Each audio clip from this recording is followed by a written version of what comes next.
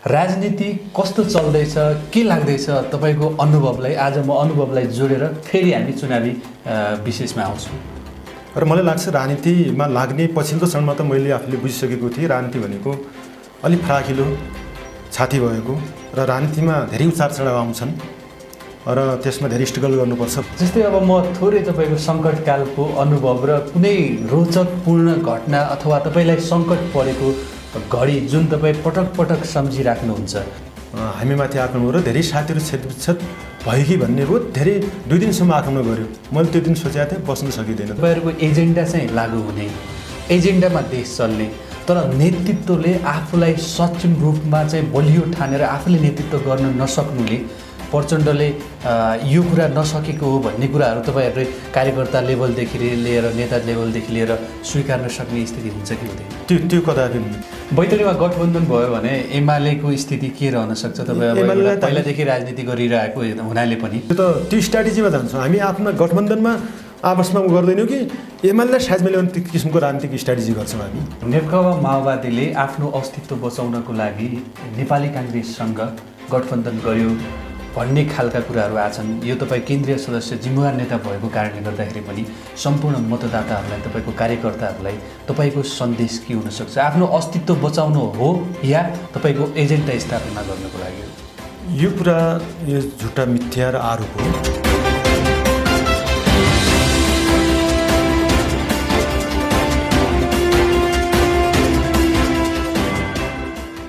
आदरणीय दर्शकबिन नमस्ते, म महेश अवस्थी। तपाईँ अहिले सगुन अनलाइन टिभीमा चुनाव विशेष कार्यक्रम हेरिरहनु भएको छ। आज हामीसँग कुराकानीको लागि नेकपा माओवादी केन्द्रका केन्द्रीय सदस्य तथा जिल्ला इन्चार्ज नरेन्द्र कुँवर विजय सुन्दर हुनुहुन्छ। स्वागत छ यहाँलाई। धन्यवाद। म आजको कार्यक्रममा अलि थोरै फरक हिसाबले जान्छु। तपाईँ विगत लामो समयदेखि नेकपा माओवादी केन्द्रमा रहेर काम गर्दै हुनुहुन्छ। संविधान सभा सदस्यमा रहेर काम गर्नुभयो, अहिले नेकपा माओवादीको केन्द्रीय सदस्य हुनुहुन्छ, बैतडी जिल्ला इन्चार्ज भएर पनि चलाउँदै हुनुहुन्छ। राजनीति कस्तो चल्दैछ के लाग्दैछ तपाईँको अनुभवलाई आज म अनुभवलाई जोडेर फेरि हामी चुनावी विशेषमा आउँछौँ। मलाई लाग्छ यो राजनीतिक जीवन मैले माओवादी मुभमेन्ट र 46 सालको आन्दोलनको फेरिमा मात्र म सहभागी भएन र मेरो फ्यामिली मेरो परिवार बुवा पञ्चायती राजनीति गर्नुहुन्थ्यो, प्रधान पञ्च हुनुहुन्थ्यो। म 4-5 क्लासदेखि मलाई यस्तो राजनीतिमा इन्ट्रेस्ट थियो। पछि म हाई स्कुल गरेर काठमाडौँ गएँ। त्यहाँबाट मैले क्याम्पसको अध्ययनमा चाहिँ सहभागी भएँ। त्यहाँ मैले अखिलको चाहिँ राजनीतिमा सहभागी भएँ र घरबाट एउटा विद्रोह जस्तो थियो, किनभने मेरो परिवार र बाजेहरू पनि त्यसरी एउटा किसिमले त्यो भएको कारणले गर्दाखेरि बुवा प्रधान पञ्च लामो समयसम्म जानुभयो। तर त्यहाँको पनि अरू पक्ष पन्त र हाम्रो चाहिँ पन्तजी हुन्थ्यो धनी राम पन्त भन्ने, उहाँसित र उहाँको छोरासित बुवाले चाहिँ आफ्नो जीवन राजनीतिक जीवन बिताउनु भयो।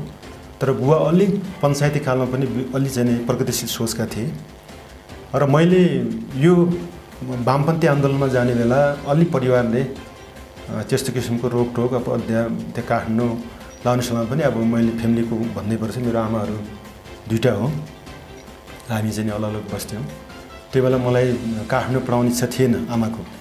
मलाई पिथौरागढ नजिक यतातिर हाम्रा सबै मान्छेले यहाँ अध्ययन गर्ने भएको थिए। तर पछि मैले आफैले र केही अरू साथीहरू गार्जेनहरूले चाहिँ त्यो गर्दाखेरि त्यो सुझावले त्यहाँ गएँ र मैले लामो समयसम्म एउटा सोचेँ के भने हामी एउटा शिक्षित भइसकेपछि हामीले आफ्नो व्यक्तिगत अब उपलब्धि व्यक्तिगत चाहिँ प्रोग्रेस गर्ने कुरा भन्दा पनि सोसाइटी जुन रूपमा अगाडि ड्राइभ भइरहेको छ त्यो सोसाइटीलाई कसरी चेन्ज गर्ने त भनेर समाजमा भएका विभिन्न कुराहरू त्यति बेलाका देखेर म राजनीतितिर चाहिँ अगाडि बढेँ। र मलाई लाग्छ राजनीतिमा लाग्ने पछिल्लो क्षणमा त मैले आफूले बुझिसकेको थिएँ राजनीति भनेको अलिक फराकिलो छाती भएको र राजनीतिमा धेरै उतार चढाव आउँछन् र त्यसमा धेरै स्ट्रगल गर्नुपर्छ भन्ने किसिमले सचेततापूर्वक नै मैले पछि माओवादी मुभमेन्टमा हाम फालेँ। किनकि म त्यति बेला अध्ययन गरेको थिएँ, म कुनै आफ्नो व्यक्तिगत रोजगार पाउँथेँ, फ्यामिली पनि रोजगार अहिले छ र पछि चाहिँ त्यो भूमिगत भइसकेपछि मैले परिवारसहित माओवादीमा कति समयमा अथवा कति सालमा चाहिँ? म 57मा गएँ। तर उसमा म चाहिँ अगाडि नै जोडिसकेको थिएँ, राजनीतिमा चाहिँ अगाडि जोडिसकेँ। त्यो म त असल फर्स्ट मेरो इन्टर पिसिएल भन्थेँ, त्यो बेला म साबेल पढेँ। साबेल पछि म ताछल गरेँ। ताछल भनेको क्रान्तिको केन्द्र, त्यसमा पनि अखिलको चाहिँ त्यस्तो। मसित नवीन राई भन्ने भोजपुरका साथी हुनुहुन्थ्यो, ठाकुर गैरेनीहरू सिनियर थिए, धेरै प्रवास साथीहरू पनि त्यो उसबाट प्रोडक्ट भए। नेताजी जस्तै म तपाईँको चाहिँ 57देखि अहिलेसम्म माओवादीमै हुनुहुन्छ तपाईँ, बिचमा त परिवर्तन गर्नु भएन? मैले अफिसियल लाइन अरूले धेरै उतार चढाव गरेँ, बाटो फेरेँ अनि पार्टी चेन्ज गरेँ, तर म प्रचण्डलाई अध्यक्ष मानेर र त्यो अफिसियल लाइनमै म 57 सालदेखि छु र इनर स्टिगल र चाहिँ टुलाइन स्टिगलमा पनि मैले आफ्नो भूमिका संस्थान पक्षमा चाहिँ दोहोरो साथ छु र अहिले पनि छु। जस्तै अब म थोरै तपाईँको सङ्कटकालको अनुभव र कुनै रोचकपूर्ण घटना अथवा तपाईँलाई सङ्कट परेको घडी जुन तपाईँ पटक पटक सम्झिराख्नुहुन्छ, त्यस्ता एक दुई कुनै कुराहरू छन् भनेपछि आम दर्शकवृन्दहरूलाई एउटा भनिदिनुहोस्। यो एकदम चाहिँ नै स्मरण गराइदिनु भयो। अब मलाई सैन्यसँग फाँटतिर लागेन पार्टीले, त्यति बेला मलाई सङ्गठक र केही बुझ्यो होला पार्टी लिडरले। सङ्गठनको जिम्मा मैले भूमिगत हुने बित्तिकै मैले जिम्मेवारी चाँडै प्राप्त गरेँ। मभन्दा धेरै सिनियर कमेडहरू हुनुहुन्थ्यो, आदरणीय कमेडहरू हुनुहुन्थ्यो। मैले भूमिगत हुने बित्तिकै 4 महिनामा म जिल्ला कमिटीमा गएँ र जिल्ला कमिटी पछि लोकेश कमेड हुनुहुन्थ्यो र उहाँ खगराज डिसिएस भइसकेपछि विनोद भएपछि हाम्रो चाहिँ अलि छलफल दुईटैमा छलफल राखेको थियो। तर त्यसपछि मभन्दा सिनियर अब भूमिगत उहाँ चाहिँ नि मभन्दा अगाडि हुनुभएको रहेछ, उहाँले हामीले गऱ्यौँ। म लगत्तै एउटा एकीकृत जनप्रतिनिधित्व अभियान भन्ने चलेको थियो त्यो बेला। मलाई त्यो बेला गण्डक क्षेत्रमा पठाइयो एकीकृत जनप्रतिनिधित्व अभियान। त्यहाँ सेना, हाम्रो जनमुक्ति सबै सङ्गठकहरूको चाहिँ नि फ्युजन गरेर गएको थियो। त्यो बेला चाहिँ नि अब यहाँ अलि उतार चढाव र सेनाको घेराबन्दी पर्ने सवाल र यहाँको पब्लिकले जो किसिमले हामीलाई चाहिँ बचाइरहेका थिए मयमा हुँदा, त्यस्तो यहाँ भएन। तर एउटा त्यहाँ पर्वत अब कस्तो थियो भने बागलुङको त्यो बेलाको अञ्चलक्षेत्रमा बागलुङ यता पर्वत कुसुम यता बेनी, एउटा सालिजा भन्ने गाविस त्यति बेला पर्वतको अलि रिमोट ठाउँ जङ्गल एरिया थियो। अब त्यहाँ अलि चाहिँ हाम्रो अब मार्च लाइनमा चाहिँ नि हामीले सहभागी हुनुपर्छ, त्यहाँको सरसफाइदेखि अन्य प्रशिक्षण पनि चलाउने भनेर त्यहाँ गयौँ। त्यहाँ साथीहरूले 2-3 दिन राख्यो। त्यो सुरक्षाको दृष्टिकोणले त्यो राम्रो थिएन। त्यहाँको साथीले त्यहाँको पार्टीले जहाँ लग्यो त्यहाँ जानुपर्ने थियो, हाम्रो अनुशासनमा रहनुपर्ने र आफ्नो चाहिँ नि भूमिका दिया जो थियो। म एउटा टोलीको कमान्डर नै थिएँ। त्यो बेला चारैतिरबाट हामीमाथि हमला भयो र हमला हुँदाखेरि म लास्ट बेनीतिर थिएँ। तलबाट सेना रहेछ, एउटा गोर्खाको साथी प्लाटुन कमान्डर हुन्थ्यो, उहाँले एउटा सिङ्गल हतियारले त्यहाँ ब्लक गर्नुभयो, लड्नुभयो, उहाँको मृत्युवरण भयो। र त्यो सुनिसकेपछि सेना आयो भनेर चाहिँ नि हामी त्यो तत्कालीन चाहिँ नि साइसेना आयो भनेर म त्यो टिमलाई चाहिँ नि रिट्रिट गरेर माथि गएँ। माथितिर अहिले जो रुकुम पश्चिम रुकुमको चाहिँ नि योजना तथा अर्थमन्त्री हुनुहुन्छ हाम्रो अनल गोपाल शर्मा, उहाँको एउटा टिम थियो। एउटा अर्को क्षितिज भन्ने कमरेडको चाहिँ नि कालीकोटको उनको टिम थियो।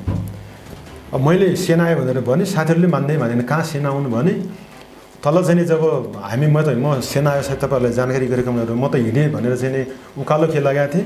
ट्याक्क जाममा मेरो आर्क थियो, त्यो आर्कमा आएर चाहिँ नि सेना आएर चारैतिर प्रहार भयो। माथिबाट पनि हान्यो, चारैतिर घेरा हाल्दाखेरि म आफ्नो टिम लगेर हिँडिहालेँ। हेर्नुहोस्, अब त्यो सेना के अरे हाम्रो कलाकार पनि के गर्थ्यो त्यो बेला भने अब अलिक कम्ब्याट ड्रेस लगाएर जान्थ्यो। अब गिटार सितार कसै के थियो, कुहिरो लागेको थियो। अब म टिम लगेर गएँ, म त सबभन्दा अगाडि चाहिँ गएँ साथीहरू। एउटा हाम्रो जगन्नाथ थियो, अहिलेको माननीय हाम्रो देवकी मल्ल लगाएको टिमहरू यता हामी पश्चिमका थियौँ। ट्याक्क त्यही बेला हामीमाथि आक्रमण र धेरै साथीहरू क्षतविक्षत भयो कि भन्ने भयो। धेरै 2 दिनसम्म आक्रमण गऱ्यो। मैले त्यो दिन सोचेको थिएँ बस्न सकिँदैन, तर उकालो काटेँ र मैले भने यो पछाडिबाट गोली लाग्नुभन्दा बरु चाहिँ नि अब आफूसित भएको साधन के अरे उसको युज गरौँ र एउटा ओडा जस्तो थियो, अलि चाहिँ उ गरौँ साथीहरू बस्नुहोस् भनेर साथीहरूलाई त्यहाँ आफ्नो टिमलाई राखेँ। अनि फेरि चाहिँ नि हामी अगाडि बढ्यौँ। अगाडि बढ्दाखेरि त्यो डाँडो काटिसकेपछि हाम्रो टिम मैले चाहिँ नि अगाडि गयौँ र केही साथीहरूको सम्पर्क बिना दोस्रो दिनसम्म चाहिँ नि हामीले कहाँ कति क्षति भयो भन्ने कुरा यकिन गर्न सक्यौँ, तर मानवीय क्षति भएन। त्यो दिन मैले बाँच्छु भन्ने उ थिएन र स्मरणको क्षण पनि त्यो छ। किन पश्चिम घर यो आफ्नो जिल्लाबाट हामीलाई दिएको थियो पर्वत, स्याङ्जा र तनु, त्यसरी चाहिँ नि दिएको थियो। अनि अब केही भागहरू जिल्लाको पनि हामीले क्रस गऱ्यौँ त्यो बेला। त्यो क्षण चाहिँ नि मलाई 60 सालको त्यो त्यस्ता घटनाहरू थुप्रै भोग्नु भएको र अरू घटना पनि त्यस्ता हुन सक्छन्। के लाग्थ्यो जस्तै त्यस्ता घटनामा आफूले पर्दाखेरि मैले सही बाटो रोजेँ अथवा म सङ्कटमा पर्दै पनि अझै पनि मैले देशको लागि के गर्नुपर्छ भन्ने एउटा पश्चाताप जस्तो हुन्थ्यो कि अथवा तपाईँ फेरि पनि आफूलाई साहस बोकेर अगाडि होइन त्यो स्कुलिङ नै यस्तो थियो र प्रशिक्षण जो दिनुहुन्थ्यो हाम्रा लिडरहरूले त्यो मर्न तयार मर्नुपर्छ तर अब यस्तो किसिमको एकात्म राज्य व्यवस्थाको दास्ताबाट र स्वाभिमानलाई चाहिँ उ गरेर चाहिँ बस्नुहुन्न यसलाई चेन्ज गर्नु छ नेपाली समाजको समय भन्ने त्यो कुरा बुझिँदै नै गएको थियो त्यो पश्चाताप हुँदैन थियो अब त्यसलाई छल्ने किसिमका ट्याक्टिक्सहरू हरेक कुराहरू चाहिँ पार्टीले सैन्यले पनि सिकाउँथे त्यो कारणले गर्दाखेरि मलाई पश्चाताप भन्ने कुरा अहिलेसम्म यो पोलिटिक्समा भएको छैन जे होस् आफूले साहस राखेरै अगाडि बढियो त्यो बढियो त्यो पछि शान्ति सम्झौतामा तपाईँहरू आउनुभयो र आफूले चाहिँ एउटा सरकारमा समावेश हुँदाखेरि त्यो पछिको कस्तो लाग्यो आफूलाई ठिक लाग्यो कि अथवा आफूले परिवर्तन गरेर अनि यो शासन व्यवस्थामा आयो भन्ने कस्तो फिलिङ भयो तपाईँलाई के थियो भने केही साथीहरू लिडरहरू नै कन्फ्युजमा परे तर मार्क्सवादको ठोस वस्तुको ठोस विश्लेषण गरेर अगाडि जानुपर्छ र प्लान बनाउनुपर्छ भन्ने कुरामा त्यो हाम्रो प्रिन्सिपल हो त्यो हाम्रो मूल्य मान्यता हो त्यो अनुरूप हामी के थियौँ भने हामी शक्ति सन्तुलनमा छौँ तर 100 जना साथीहरूलाई सादत गराएर हामी 2-2.5 घन्टा मात्र एउटा सदरमुकाम कब्जा गर्थ्यौँ र पार्टीको सबै स्थिति हेर्दाखेरि जो रूपमा चाहिँ जो एउटा हाम्रो अध्यक्ष कमरेडले चाहिँ त्यो किसिमको बाटो लिनुभयो अब चुनाव बैठकबाट त्यो जो राजनीतिक चाहिँ मुद्दाहरू इस्युहरू उठाउनु भयो र त्यहाँ उहाँले चाहिँ टर्निङ जो गर्नुभयो युटर्न गर्नुभयो यसले गर्दाखेरि केही बहस त भयो तर मैले आफूले परिस्थिति अनुसार यो ठिक हो हामी लडेर नै सक्ने कि सक्ने होइनौँ त्यो त भित्तामा ठुलो पहाडमा टाउको ठोके जस्तो क्षति भएको भएछ कुनै पनि सदरमुकाम कब्जा हुँदैन हामीलाई गाउँको चाहिँ रिमोट ठाउँतिर मात्र राखेर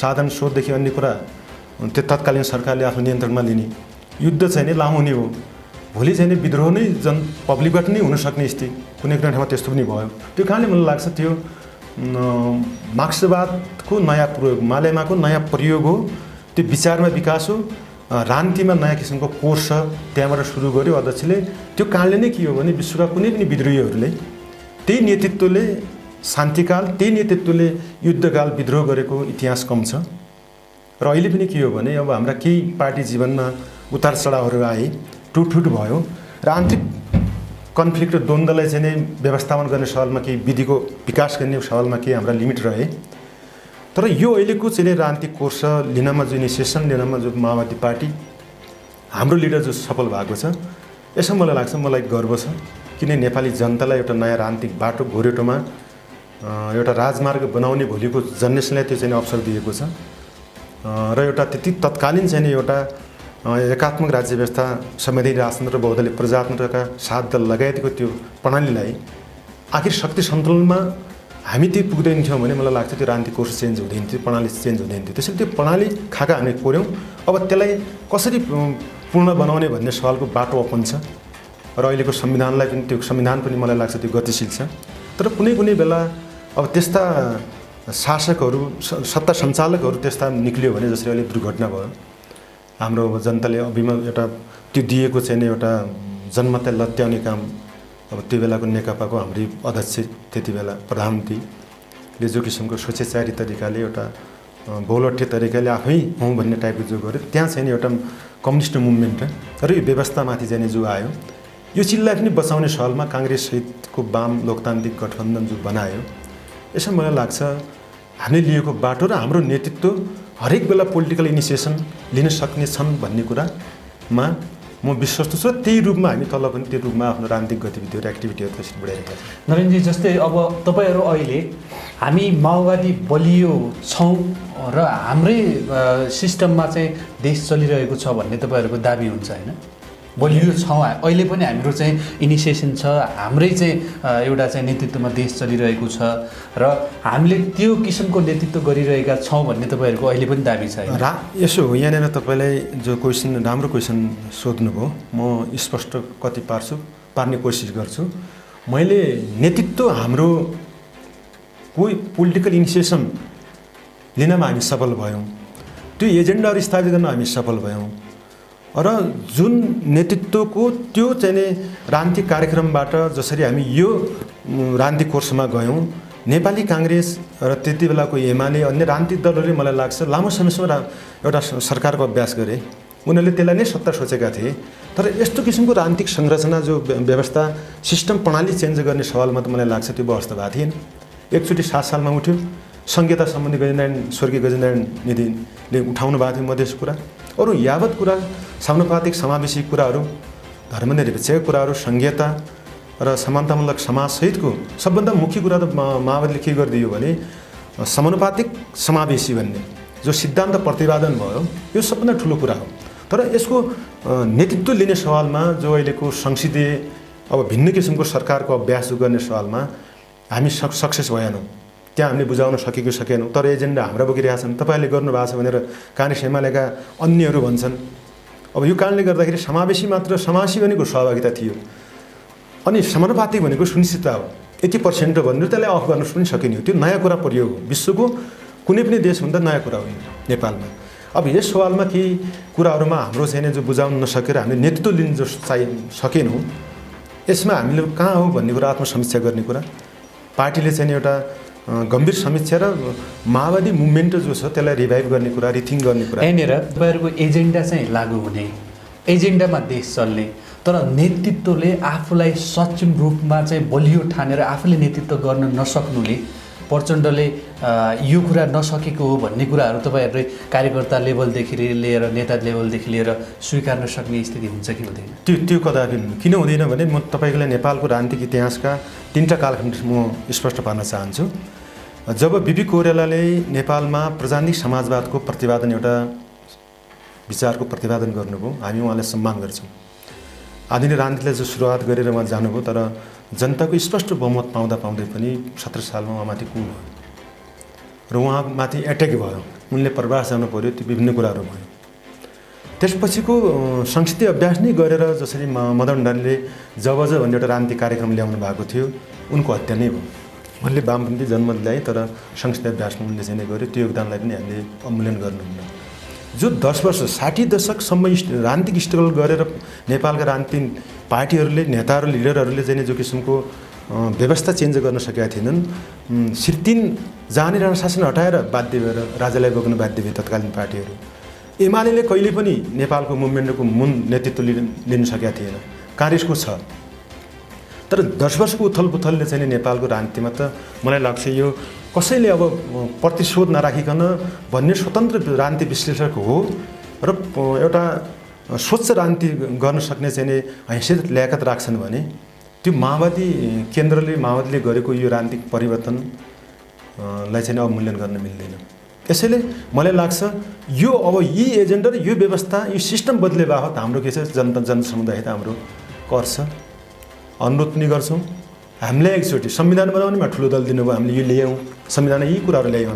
हामीले त्यहाँ महिलाको अनुहारदेखि नै बनायौँ, दलित, पिछडित वर्ग, फरक पहिचान, युवा सबैको अनुहारदेखि नै अन्य संविधान बनाउन तपाईँहरूले दिनुभएको। त्यहाँ दुदुकचोटि विश्वमा कहीँ पनि कुनै देशमा भएको छैन। नेपालमा त्यो किसिमको पनि एउटा पहल कदमीबाट नै हामीले त्यो संविधान बनायौँ। अब एकचोटि हामीलाई जसरी काङ्ग्रेसले 3 चोटि दिनुभयो, अरूले सरकार चलाए, अब हामीले चाहिँ पूर्ण रूपको सरकार चलाउने किसिमको स्थानीय तहमा दिनुहोस्। हाम्रो कस्तो मोडल हुन्छ, कस्तो ल्याउँछौँ पब्लिकका जनजीविका कुराहरू, अन्य कुरा, विकास निर्माणका भौतिक पूर्वाधार, अनि अरू माथिको सरकारले पठाउनु भन्ने किसिमको त अब पालो त करकाप गर्ने होइन, जनतासित एकदम ल एकचोटि भारी बोकाउनुहोस् हामीलाई भन्ने चाहिँ राइट त्यो के अरे त्यो चरणमा माओवादी पुगेको छ। र त्यो बहस, त्यो डायलग हामी चाहिँ हरेक व्यक्तिसित र तपाईँहरूको जस्तो लोकप्रिय मिडियाले, तपाईँ सञ्चारकर्मी साथीहरूले यसरी चाहिँ यसलाई पोजिटिभ सोचिदियो भने मलाई लाग्छ नेपालले चाँडो अब एउटा आफ्नो चाहिँ समृद्धिको यात्रा अगाडि बढाउन सक्छ भन्ने।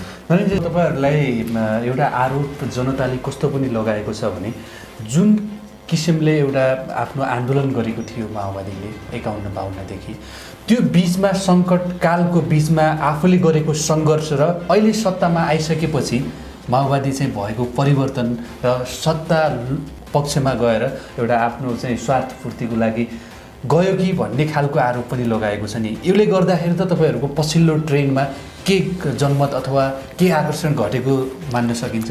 मलाई लाग्छ यो पब्लिकले लागेको आरोप होइन, यो नेपाली समाजको एउटा नेगेटिभ ट्रेन्ड छ। त्यहाँ त्यो जनतालाई गुमराहमा पार्ने र भ्रममा पार्ने स्पष्ट होइन कि एउटा ठिक किसिमको बाटोमा डोर्याउने किसिमको होइन कि आफ्नो भोट ब्याङ्कै कसरी पब्लिकलाई बनाउने, कम्युनिटीलाई कसरी डिभिजन गराउने तरिकाको ट्रेन त्यो निरन्तरता तपाईँहरूले चिर्न किन सक्नु भएन? हामीले चिरेको कारणले नै हामीले मान्छेलाई मर्न तयार गरायौँ। तर यो शान्तिकाल आइसकेपछि र चौतर्फी मैले त्यो कुरा त्यो कडी छुट्यो। सबभन्दा बढी एट्याक पछिल्लो क्षणमा उनको हत्या भयो भन्यो, उनलाई चाहिँ कु गरियो, के अरे हाम्रो चाहिँ बिपीलाई प्रचण्डको चाहिँ सबभन्दा के भयो भने सबभन्दा आक्रमण चाहिँ प्रचण्डको चाहिँ पार्टीमाथि देशीय विदेशीय सबैले चाहिँ जो गर्यो। अब बाबुरामजी चाहिँ तपाईँ हेर्नुहोस् त्यत्रो सम्मानित गरेर नेता, भोलि नेता नै यो पार्टीको नै बन्न सक्ने मान्छे, अनि विप्लवजीको फ्युचर थियो। उनीहरू त्यसरी चाहिँ अहिले सानो सानो टुक्रा लिएर चाहिँ टुकडी लिएर उनीहरू घुमिरहेका छन्। बाबुरामजी कहाँबाट कहाँ घुमेर चाहिँ बाहिरको शक्ति छ। र मुख्य कुरा चाहिँ के हो भने अब माओवादीलाई लडेर सिद्ध्याउन तत्कालीन राज्य पनि सक्दैन थियो।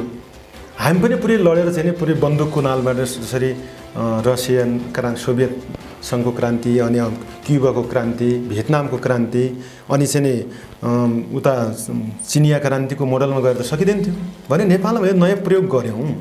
वाम जसरी डेमोक्रेसीहरू रिपब्लिकनको बिचको चाहिँ जो भयो, यहाँ ध्रुवीकरण चाहिँ पोलराइजेसन जो भयो, यसलाई हेर्ने हो भने त के हो भने माओवादीले ब्यालेटबाट पनि सकिन्छ है, जनता अधिकतम लोकतन्त्रको अभ्यास गरेर चाहिँ सकिन्छ भनेको त प्रमाणित गर्यो नि हामीले।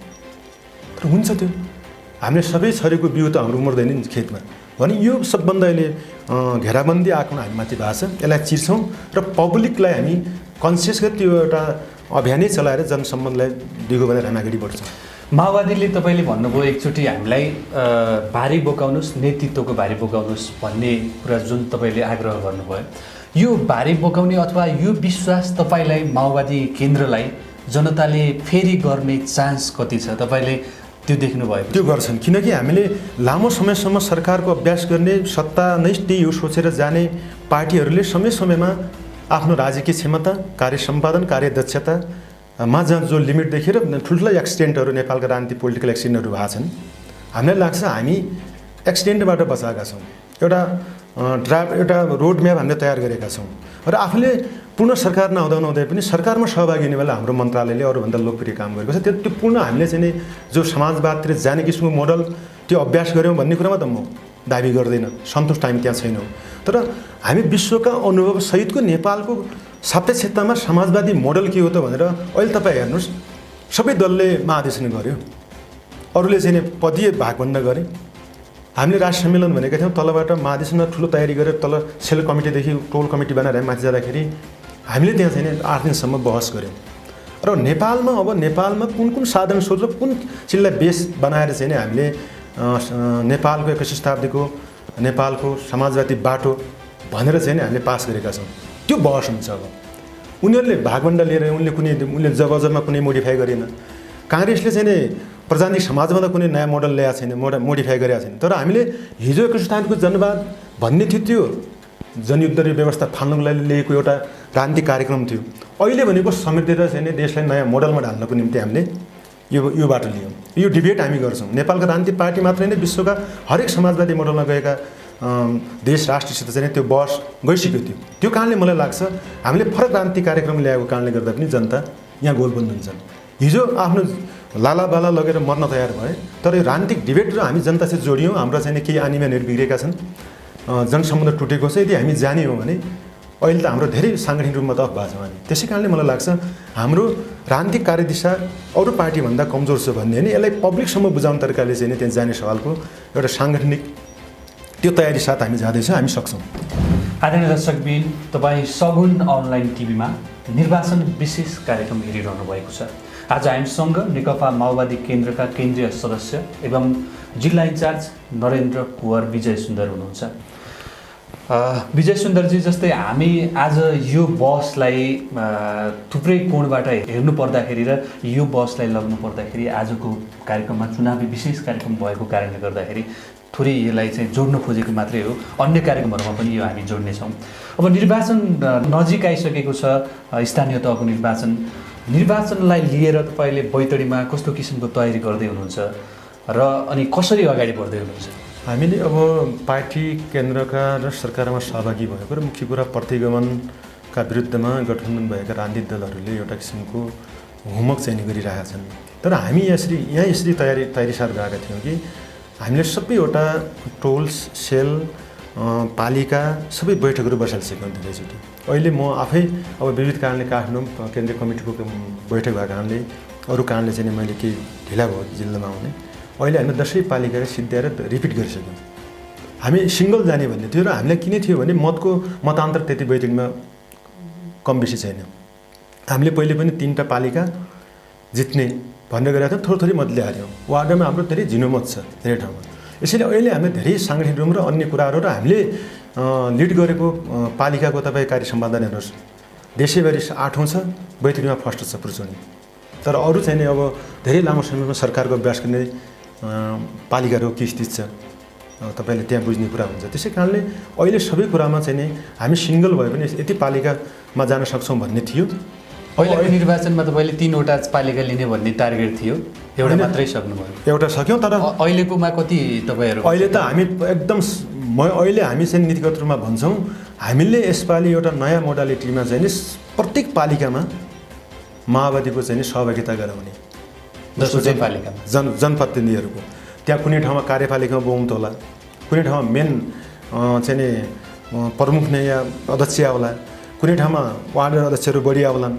यी विविध कुराहरू गएर चाहिँ हामी सहभागिता गराउने पोलिसी स्ट्राटेजीमा जुनसुकै बाटो भए पनि नेकपा माओवादीको 10वटै पालिकामा सहभागिता हुन्छ।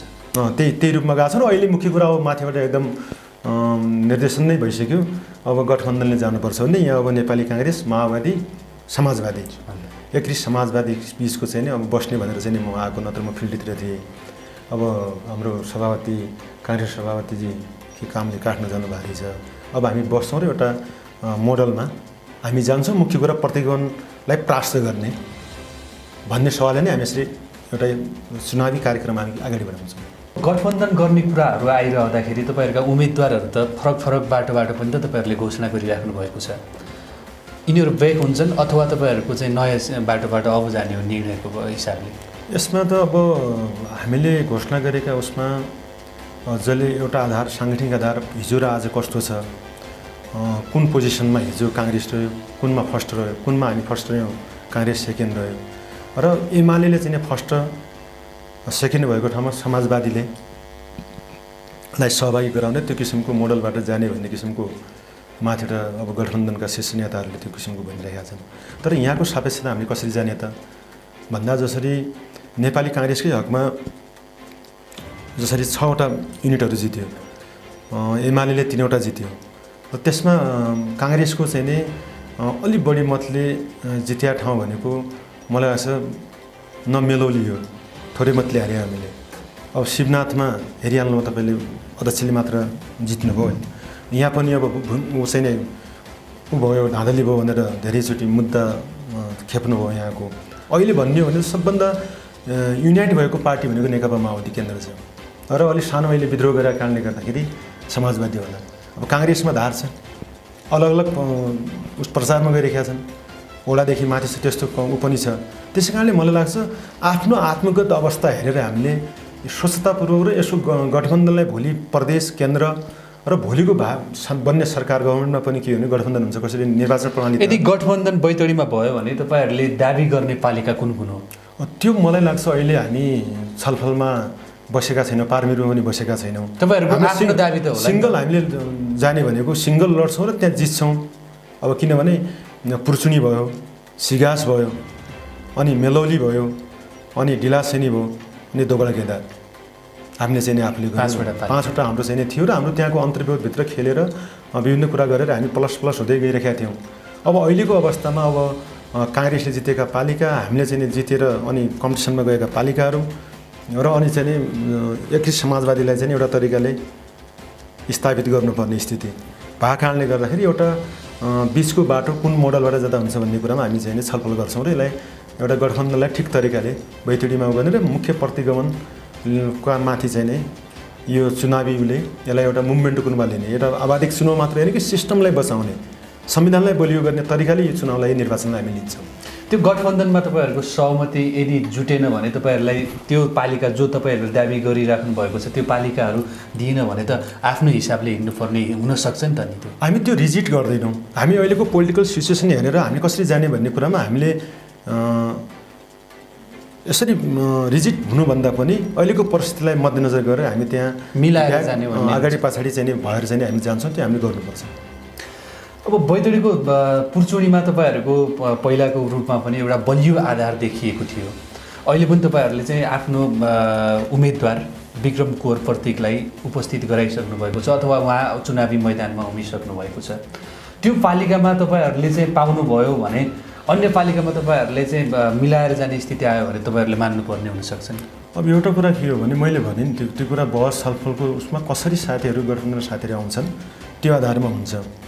अब साथीहरू जसरी मेलौलीमा अब धेरै चाहिँ विवादित छन् पहिलेको मेयर साहब, तर नयाँ चाहिँ दिएको भनेको हामीले आउँला। अब जसरी पुर्चोडीमा अरू काङ्ग्रेसका पुरानै दोहोरी दिइरहेको छ, एमालेमा अलि चाहिँ पुरानो प्रमुख र पुरानो मेयरमा प्रत्याशी चाहिँ त्यहाँ छ अन्तर्विरोध, अन्य चाहिँ पालिका पनि काङ्ग्रेस उनीहरूमा अन्तर्विरोध छ। तर हाम्रो छैन, जसरी मेलौलीमा छ भूकम्पलाई नै हामीले अगाडि सारेका छौँ होइन। यता चाहिँ अब गोदौडा केदारमा अब अहिले मेन एमालेलाई टार्गेट गर्ने सवालले 2-3 जना साथीहरू छन्, तर सहमतिमा ल्याउँछौँ हामी। माओवादी भने सहमतिमा जसलाई पनि अगाडि सार्दा सेकेन्ड फर्स्ट मेन चाहिँ गर्ने बेला पनि हामी त्यसरी सार्छौँ र मलाई लाग्छ त्यो कारणले गठबन्धनमा त्यो ठुलो चाहिँ अप्ठ्यारो आउँदैन। बैतडीमा गठबन्धन भयो भने एमालेको स्थिति के रहन सक्छ? तपाईँ पहिलादेखि राजनीति गरिरहेको हुनाले पनि अब एमाले वास्तवमा काङ्ग्रेसले आफ्नो वर्ग समातेको छ, काङ्ग्रेसको आफ्नो चाहिँ एउटा राजनीतिक चाहिँ एउटा लाइन छ। एमाले भनेको के हो भने त्यो हावामा चाहिँ उखान टुक्कामा त्यसले एउटा हुम ल्यायो, कुनै वैचारिक र राजनीतिक चाहिँ क्यारेक्टर समातेर चाहिँ त्यो राजनीतिमा हुमिया छ भन्ने लाग्दैन। प्रजातन्त्रको लागि लडेको नेपाली काङ्ग्रेस हो, संघीयताको लागि चाहिँ मधेस विद्रोह हो। हामीले गठबन्धन गरेको चाहिँ अपवित्र होइन, तर उहाँहरूले जो पुरातन सोच भएका शक्तिहरू जो गरिराखेका छन् उनको राजनीतिक क्यारेक्टर हेर्दाखेरि मलाई लाग्छ एमालेलाई चाहिँ कुनै बेला दियो जनता ठुलो धोका खान्छ। यो गठबन्धनलाई दियो भने जनताका सपना साकार हुन्छन्, गरिबी निवारण हुन्छ। यो व्यवस्था बचाउनको लागि पनि यही गठबन्धनले गरेको हो। त्यसै कारणले यसपालिको स्थानीय तहको चुनावदेखि माथिको चुनावमा त सबै कारणले दाबी गर्ने र जनतासित इस्यु लगेर छल ढाँट होइन स्पष्ट जे गरेका छन् त्यो कुरा भनेर चाहिँ मत त मलाई लाग्छ गठबन्धनलाई दिन्छन् र एमालेको त चाहिँ उसलाई दण्डित गरिन् माथि। अब बैतडीमा के हुनसक्छ उहाँहरूको त? बैतडीमा त हामीले भन्यौँ त्यो स्ट्राटेजीमा जान्छौँ हामी। आफ्नो गठबन्धनमा आपसमा गर्दैनौँ कि एमालेलाई साइज मिलाउने किसिमको राजनीतिक स्ट्राटेजी गर्छौँ हामी। तपाईँहरूको त्यो प्लान हो त्यो। अब धेरैले चाहिँ के भनिरहेका छन् भने आफ्नो एजेन्डा स्थापना गर्नको लागि उहाँहरूको गठबन्धन हो, यो चुनावी गठबन्धन मात्रै हो, तर देशलाई विकासमा लाग्नको लागि गठबन्धनले पनि त्यो सक्दैन भन्ने खालको एमालेको एउटा उहाँहरूको चाहिँ आरोप पनि छ। यसलाई कसरी लिनुहुन्छ? मलाई लाग्छ त्यो अब एमाले भनेको कुरामा बढी टाइम वेस्ट गर्ने कुरा र त्यो केपी ओलीले भनेको कुरा उसकै शिष्य हुनु, उनी पार्टी होइनन्, त्यहाँ के अरे राजनीतिक कार्यकर्ता होइनन्, राजनीतिक खेतला भन्छु म त। हेर्नुहोस् किनभने त्यो मार्क्स लेनिन कहाँ गए, ती अरू त विदेश त हाम्रा अग्रजहरू गुरुहरू त कहाँ गए, यही भूमिमा खेलेको मदन भण्डारीको फोटो हराउन थाले, मनमोहनको फोटो हराउन थाले, पुष्पलालको हराउन थाले। अब केपी बा भन्न गयो, अब कमरेडलाई केपी बा भन्ने किसिमको जो कल्चर, अब त्यो पार्टी जे बोले पनि हुन्छ। अब सरकार ढल्या छ, छन नछान दुई त्यागको सरकारको प्रान्त बाहिर गएको छ, प्रदेशको सबै सरकार गुम्या छ, सबै लथालिङ्ग छु। बारदलीको के अरे बालकोटको चाहिँ माथिसमा गएर भाषण गर्छ र त्यस्तो एउटा रोमन शासकको छ कहानी। त्यस्तो मैले मान्छे मानेन। अब त्यो साथीहरू त्यहाँ बौद्धिक मान्छेसँग किन भुलभुलैमा परेका छन्? अब करप्सनको कुरा गर्ने सबभन्दा बढी चाहिँ उनीहरूका चाहिँ लाइनै छ त्यो। हेर्नुहोस् त्यस कारणले गर्दाखेरि एमाले प्रति हाम्रो छैन, तर त्यो यो चुनाव जित्ने भन्ने होइन कि यो व्यवस्था जोगाउने, सिस्टमलाई बलियो बनाउने र विकास निर्माणलाई चाहिँ अगाडि बढाउने, जनजीविकालाई अगाडि बढाउने भन्ने उद्देश्य साथ नै गठबन्धन भएको हो। त्यो चुनावको लागि गठबन्धन भएको होइन, यो भ्रम हो।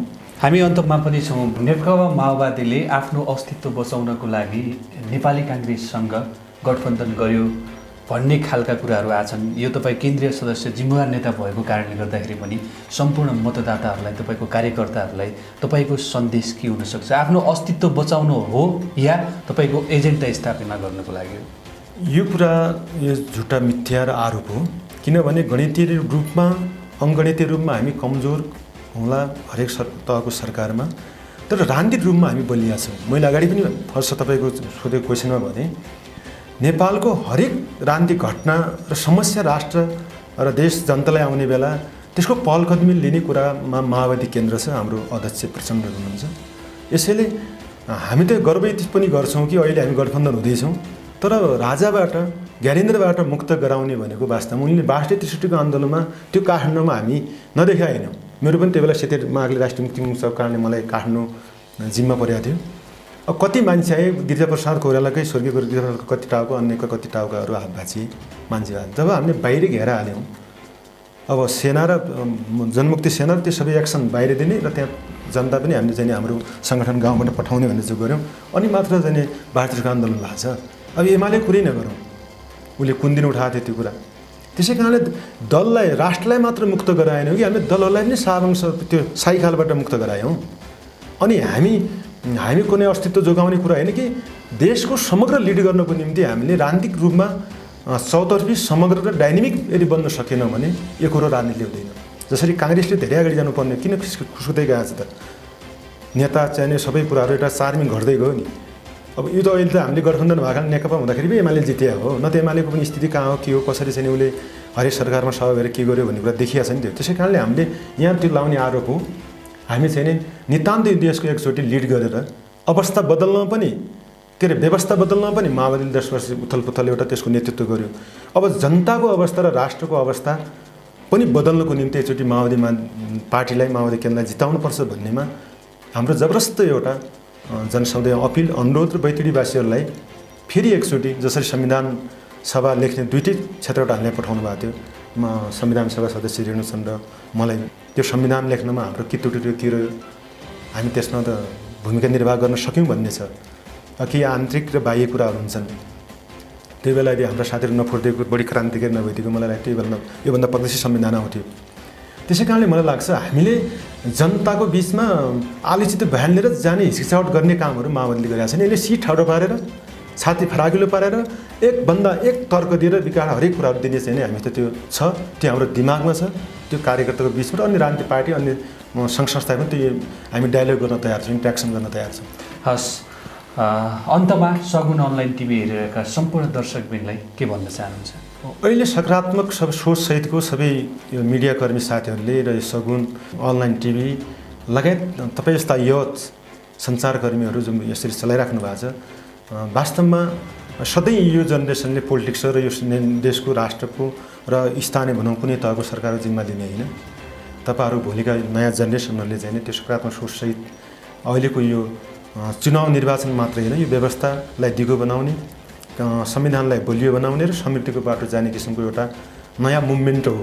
त्यो अबाधिक चुनाव मात्रै होइन, त्यो रूपमा चाहिँ समग्र यो सुनिराख्नुभएका श्रोता र बैतडीवासी जनसमुदाय, न्यायप्रेमी जनसमुदायलाई यसपालि यसलाई पर्वको रूपमा, आन्दोलनको रूपमा अगाडि बढाउनु लागि म नेकपा माओवादी केन्द्रको जिल्लाको इन्चार्ज भएको नाताले म अनुरोध र अपिल गर्न चाहन्छु र फेरि पनि जनताको बिचमा हामी चाँडै आउनेछौँ भन्ने कुरा त्यो म अनुरोध र अपिल पनि गर्न चाहन्छु। हस्, व्यस्तताका बावजुद पनि समय दिनुभयो, यहाँलाई धेरै धेरै धन्यवाद। धन्यवाद। तपाईँले जो किसिमले मैले आफ्ना धारणाहरू, भर्सनहरू राख्ने मौका दिनुभयो र तपाईँको यो लोकप्रिय सगुन अनलाइन टिभी र स्वयं यो परिवार, यो हाम्रो निगला छैनी परिवारलाई धन्यवाद व्यक्त गर्दै यस्तै अवसरहरू फेरि पनि हामी पाउनेछौँ, जुट्नेछ र हाम्रो भेट हुनेछ भन्ने कुरा राख्दै बिदा हुन्छु। हस्, अभिवादन, सबैभन्दा नमस्कार। आदरणीय दर्शकबिन, यति बेला तपाईँ सगुन अनलाइन टिभीमा चुनाव विशेष कार्यक्रम हेर्दै हुनुहुन्थ्यो। कार्यक्रम तपाईँलाई कस्तो लाग्यो सुझाव दिनुहोला। तपाईँहरूका सुझावका आधारमा हामीले थप कार्यक्रमहरूलाई प्रभावकारी बनाउने प्रयास गर्नेछौँ। आजको कार्यक्रमबाट म कार्यक्रम सञ्चालक महेश अवस्थी पनि छुट्टिन अनुमति चाहन्छु। नमस्ते।